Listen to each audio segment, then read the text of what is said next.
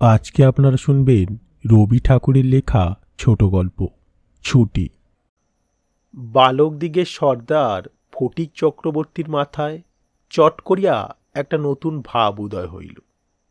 নদীর ধারে একটা প্রকাণ্ড শালকাঠ মাস্তুলে রূপান্তরিত হইবার প্রতীক্ষায় পড়িয়াছিল।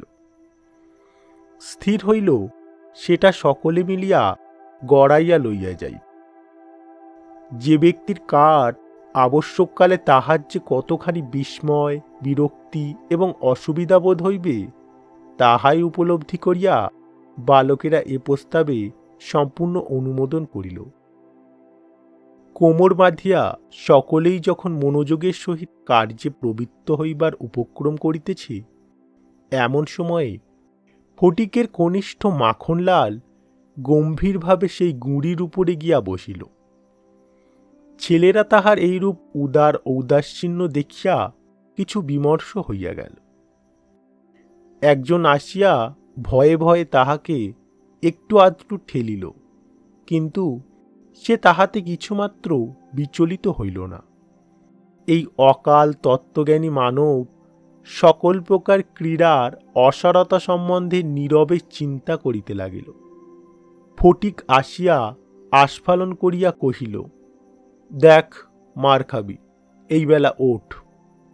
সে তাহাতে আরও একটু নড়িয়া চড়িয়া আসনটি বেশ স্থায়ীরূপে দখল করিয়া লইল।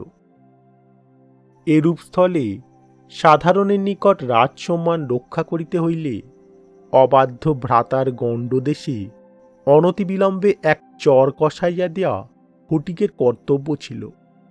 সাহস হইল না, কিন্তু এমন একটা ভাব ধারণ করিল যেন ইচ্ছা করিলেই এখনই উহাকে রীতিমতো শাসন করিয়া দিতে পারে, কিন্তু করিল না। কারণ পূর্বা অপেক্ষা আরও একটা ভালো খেলা মাথায় উদয় হইয়াছে, তাহাতে আরও একটু বেশি মজা আছে। প্রস্তাব করিল, মাখনকে শুদ্ধ ওই কাঠ গড়াইতে আরম্ভ করা যাক। মাখন মনে করিল ইহাতে তাহার গৌরব আছে, কিন্তু অন্যান্য পার্থিব গৌরবের ন্যায় ইহার আনুষাঙ্গিক যে বিপদের সম্ভাবনাও আছে, তাহার কিংবা আর কাহারও মনে উদয় হয় নাই। ছেলেরা কোমর বেঁধিয়া ঠেলিতে আরম্ভ করিল।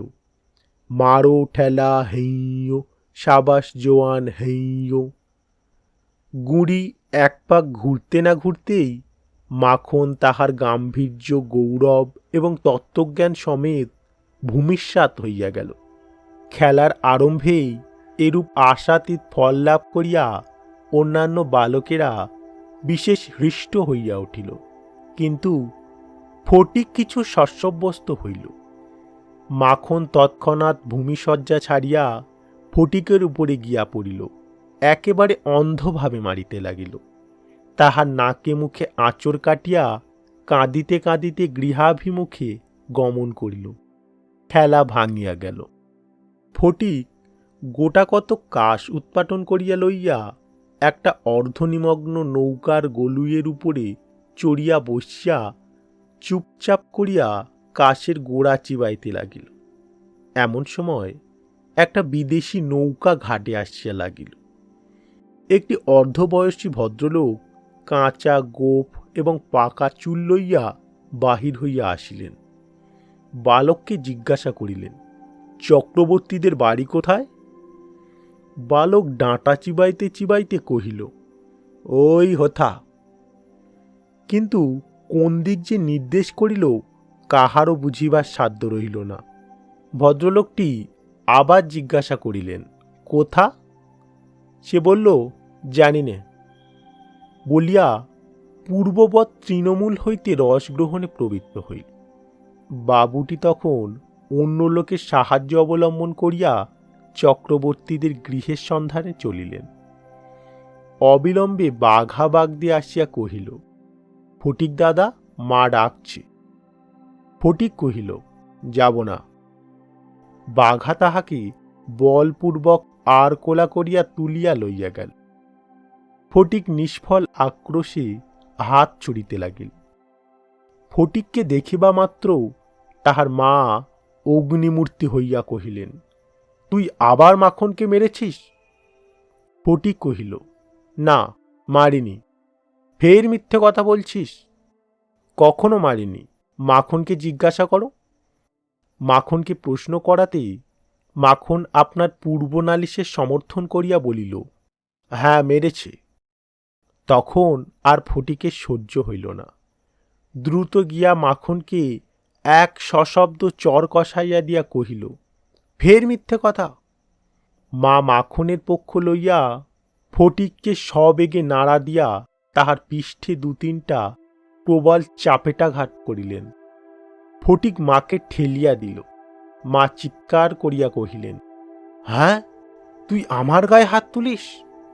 এমন সময়ে সেই কাঁচা পাকা বাবুটি ঘরে ঢুকিয়া বলিলেন, কি হচ্ছে তোমাদের? ফটিকের মা বিস্ময়ে আনন্দে অভিভূত হইয়া কহিলেন, ওমা, এ যে দাদা, তুমি কবে এলে? বলিয়া গড় করিয়া প্রণাম করিলেন। বহুদিন হইল দাদা পশ্চিমে কাজ করিতে গিয়াছিলেন। ইতিমধ্যে ফটিকের মা 2 সন্তান হইয়াছে, তাহারা অনেকটা বাড়িয়া উঠিয়াছে। তাহার স্বামীর মৃত্যু হইয়াছে, কিন্তু একবারও দাদার সাক্ষাৎ পায় না। আজ বহুকাল পরে দেশে ফিরিয়া বিশ্বম্বরবাবু তাহার ভগিনীকে দেখিতে আসিয়াছেন। কিছুদিন খুব সমারোহে গেল। অবশেষে বিদায় লইবার 2-1 দিন পূর্বে বিশ্বম্বরবাবু তাহার ভগিনীকে ছেলেদের পড়াশোনা এবং মানসিক উন্নতি সম্বন্ধে প্রশ্ন করিলেন। উত্তরে ফটিকের অবাধ্য উচ্ছৃঙ্খলতা, পাঠে অমনোযোগ এবং মাখনের সুশান্ত সুশীলতা ও বিদ্যানুরাগের বিবরণ শুনিলেন। তাহার ভগিনী কহিলেন, ফটিক আমার হাড় জ্বালাতন করিয়াছে। শুনিয়া বিশ্বম্বরবাবু প্রস্তাব করিলেন, তিনি ফটিককে কলিকাতায় লইয়া গিয়া নিজের কাছে রাখিয়া শিক্ষা দিবেন। বিধবা এ প্রস্তাবে সহজেই সম্মত হইলেন। ফটিককে জিজ্ঞাসা করিলে, কেমন রে ফটিক, মামার সঙ্গে কলিকাতায় যাবি? ফটিক লাফাইয়া উঠিয়া বলিল, যাব। যদিও ফটিককে বিদায় করিতে তাহার মায়ের আপত্তি ছিল না, কারণ তাহার মনে সর্বদাই আশঙ্কা ছিল কোন দিন সে মাখনকে জলেই ফেলিয়া দেয় কি মাথায় ফাটায়, কি একটা দুর্ঘটনা ঘটায়। তথাপি ফটিকের বিদায় গ্রহণের জন্য এতাদৃশ্য আগ্রহ দেখিয়া তিনি ঈষৎ ক্ষুণ্ণ হইলেন। কবে যাব, কখন যাব করিয়া ফটিক তাহার মামাকে অস্থির করিয়া তুলিল। উৎসাহে তাহার রাতে নিদ্রা হয় না। অবশেষে যাত্রাকালে আনন্দের ঔদার্যবশত তাহার ছিপ, ঘুড়ি, লাটাই সমস্ত মাখনকে পুত্র পৌত্রাদিক্রমে ভোগ দখল করিবার পুরা অধিকার দিয়া গেল। কলিকাতায় মামার বাড়ি পৌঁছিয়া প্রথম মামির সঙ্গে আলাপ হইল। মামি এই অনাবশ্যক পরিবার বৃদ্ধিতে মনে মনে যে বিশেষ সন্তুষ্ট হইয়াছিলেন তাহা বলিতে পারি না। তাহার নিজের 3টি ছেলে লইয়া তিনি নিজের নিয়মে ঘরকন্যা পাতিয়া বসিয়াছেন। ইহার মধ্যে সহসা একটি 13 বৎসরের অপরিচিত অশিক্ষিত পাড়াগেঁ ছেলে ছাড়িয়া দিলে কিরূপ একটা বিপ্লবের সম্ভাবনা উপস্থিত হয়। বিশ্বম্বরের এত বয়স হইল, তবু কিছুমাত্র যদি জ্ঞানকাণ্ড আছে। বিশেষত 13-14 বৎসরের ছেলের মতো পৃথিবীতে এমন বালাই আর নাই। শোভাও নাই, কোনো কাজেও লাগে না, স্নেহ উদ্রেক করে না, তাহার সঙ্গ সুখও বিশেষ প্রার্থনীয় নহে। তাহার মুখে আধো আধো কথাও ন্যাখামি, পাকা কথাও জ্যাঠামি, এবং কথা মাত্রই প্রগল্ভতা। হঠাৎ কাপড় চোপড়ের পরিমাণ রক্ষা না করিয়া বেমানান রূপে বাড়িয়া ওঠে। লোকে সেটা তাহার একটা কুশ্রী স্পর্ধাস্বরূপ জ্ঞান করে। তাহার শৈশবের লালিত্য এবং কণ্ঠস্বরের মিষ্টতা সহসা চলিয়া যায়। লোকে সেজন্য তাহাকে মনে মনে অপরাধ না দিয়া থাকিতে পারে না। শৈশব এবং যৌবনের অনেক দোষ মাপ করা যায়, কিন্তু এই সময়ে কোনো স্বাভাবিক অনিবার্য ত্রুটিও যেন অসহ্য বোধ হয়। সেও সর্বদা মনে মনে বুঝিতে পারে পৃথিবীর কোথাও সে ঠিক মাপ খাইতেছে না। এই জন্য আপনার অস্তিত্ব সম্বন্ধে সর্বদা লজ্জিত ও ক্ষমাপ্রার্থী হইয়া থাকে। অথচ এই বয়সেই স্নেহের জন্য কিঞ্চিৎ অতিরিক্ত কাতরতা মনে জন্মায়। এই সময়ে যদি সে কোনো সহৃদয় ব্যক্তির নিকট হইতে স্নেহ কিংবা সখ্য লাভ করিতে পারে, তবে তাহার নিকট আত্মবিকৃত হইয়া থাকে। কিন্তু তাহাকে স্নেহ করিতে কেহ সাহস করে না, কারণ সেটা সাধারণের প্রশ্রয় বলিয়া মনে করে। সুতরাং তাহার চেহারা এবং ভাবখানা অনেকটা প্রভুহীন পথের কুকুরের মতো হইয়া যায়। অতএব এমন অবস্থায় মাতৃভবন ছাড়া আর কোনো অপরিচিত স্থান বালকের পক্ষে নরক। চারিদিকের স্নেহশূন্য বিরাগ তাহাকে পদে পদে কাঁটার মতো বিধে। এই বয়সে সাধারণত নারী জাতিকে কোনো এক শ্রেষ্ঠ স্বর্গলোকের দুর্লভ জীব বলিয়া মনে ধারণা হইতে আরম্ভ হয়। অতএব তাহাদের নিকট হইতে উপেক্ষা অত্যন্ত দুঃসহ বোধ হয়। মামির স্নেহহীন চোখে সে যে একটা দুর্গের মতো প্রতিভাত হইতেছে, এইটে ফটিকের সবচেয়ে বাজিত। মামি যদি দৈবাৎ তাহাকে কোনো একটা কাজ করিতে বলিতেন, তাহা হইলে সে মনের আনন্দে যতটা আবশ্যক তার চেয়ে বেশি কাজ করিয়া ফেলিত। অবশেষে মামি যখন তাহার উৎসাহ দমন করিয়া বলিতেন, ঢের হয়েছে, ঢের হয়েছে, ওতে আর তোমায় হাত দিতে হবে না, এখন তুমি নিজের কাজে মন দাওগে, একটু পরগে যাও, তখন তাহার মানসিক উন্নতির প্রতি মামির এতটা যত্নবাহুল্য তাহার অত্যন্ত নিষ্ঠুর অবিচার বলিয়া মনে হইত। ঘরের মধ্যে এরূপ অনাদর, ইহার উপর আবার হাঁপ ছাড়িবার জায়গা ছিল না।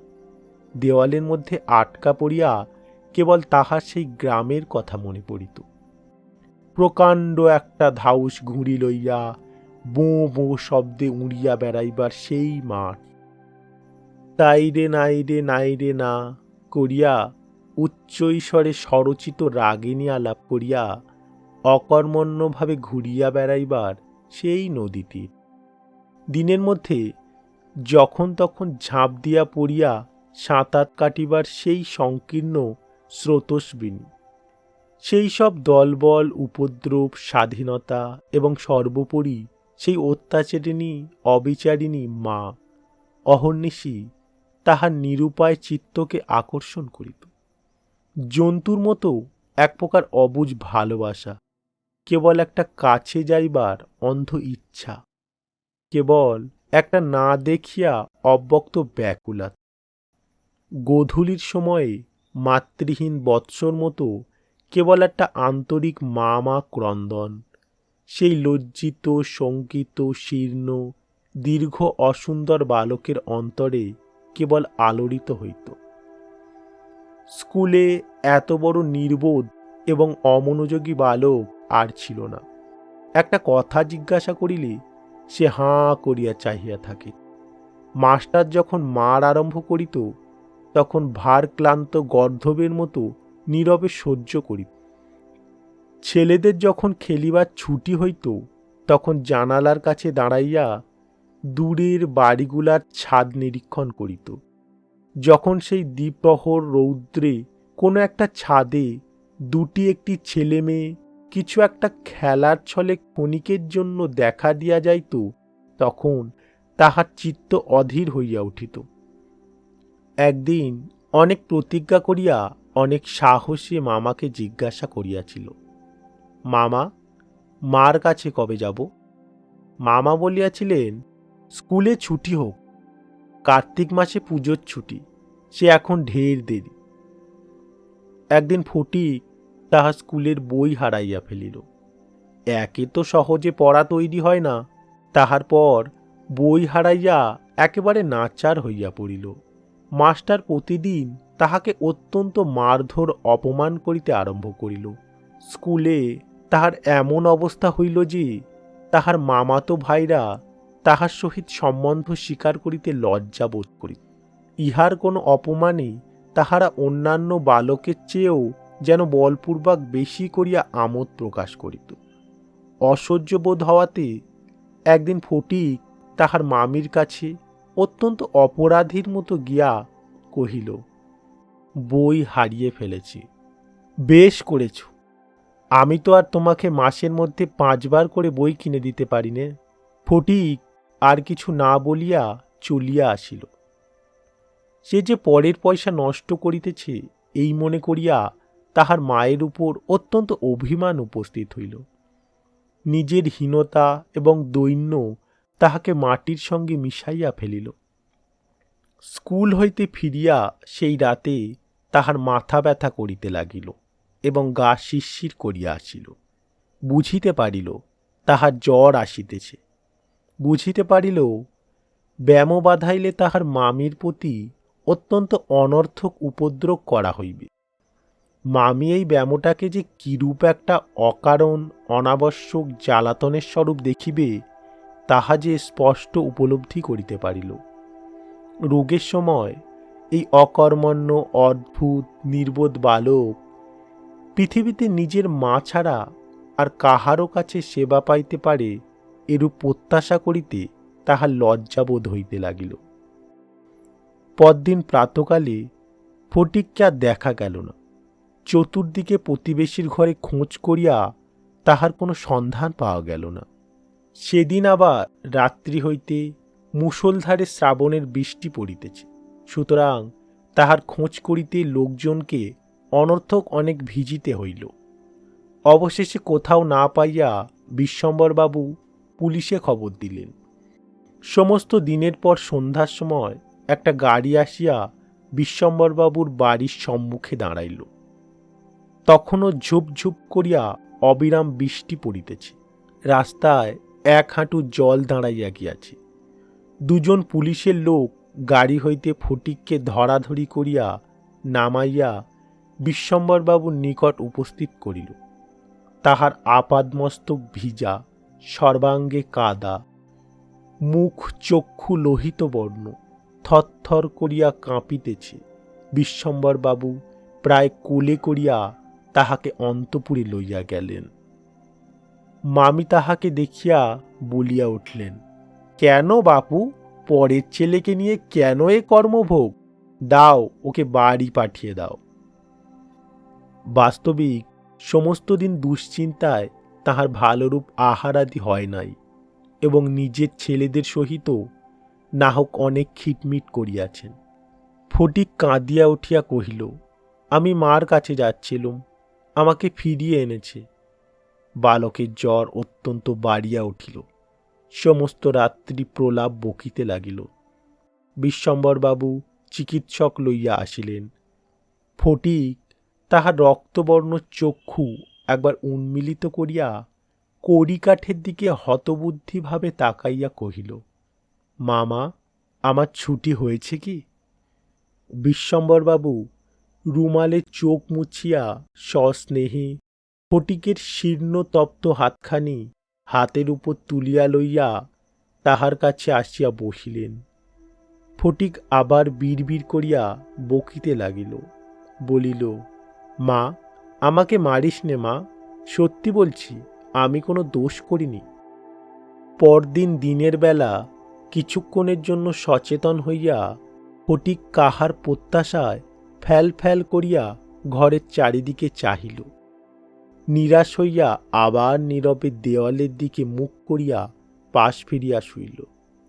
বিশ্বম্বরবাবু তাহার মনের ভাব বুঝিয়া তাহার কানের কাছে মুখ নত করিয়া মৃদুস্বরে কহিলেন, ফটিক, তোর মাকে আনতে পাঠিয়েছি।